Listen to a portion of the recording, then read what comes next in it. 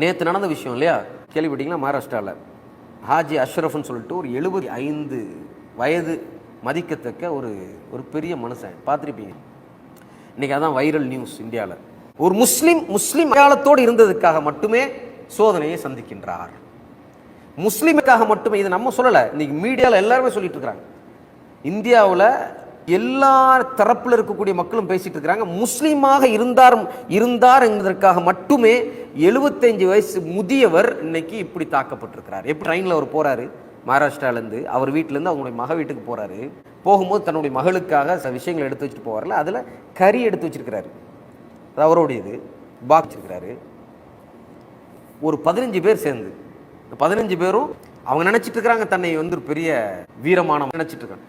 இந்த 15 ஓநாய்களும் சேர்ந்து இந்த ஒரு சாதாரண இயலாமையில் இருக்கக்கூடிய 75 வயசு மதிக்கத்தக்க தாடியும் தொப்பியும் இருக்கக்கூடிய ஜுப்பா அணிந்திருக்கக்கூடிய ஒரு முஸ்லிமை ஒரு ஈவு இறக்கம் இல்லாம அடினா எப்படி தெரியுமா? ஈவு இறக்கம் இல்லாத அடி.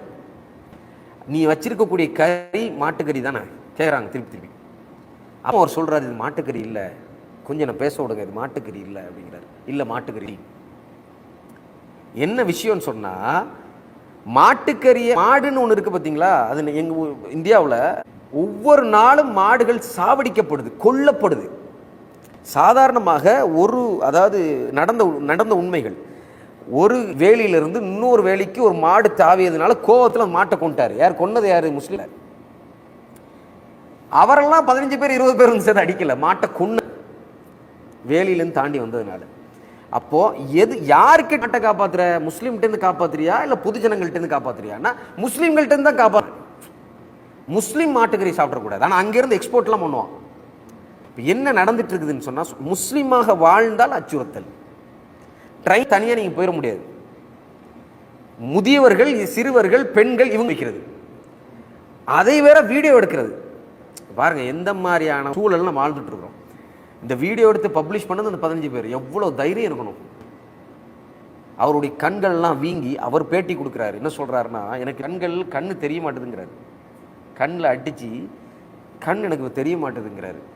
அன்பானவர்களே, இதெல்லாம் சோதனை. அல்லாஹ் சுப்ஹானஹு வ தஆலா சோதிக்கிறான். இந்த நிலையிலும் நீ முஸ்லீமாக இருக்கிறாயா? இந்த நிலையிலும் நான் தொழுகை விட மாட்டேன்னு நிற்கிறியா?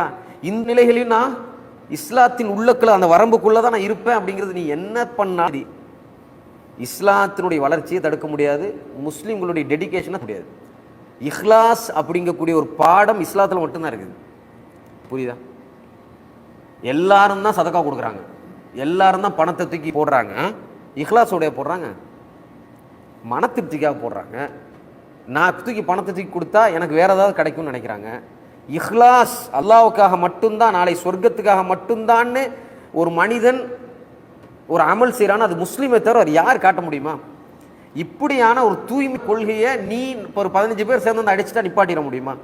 பண்பானவர்களே, இதன் சோதனை. வலக்கது ஃபத்தன்னல் லதீன மின் கப்லியும், இந்த ஆயத்துகள் நம்மளை புத்துணர்ச்சியாக்கணும்.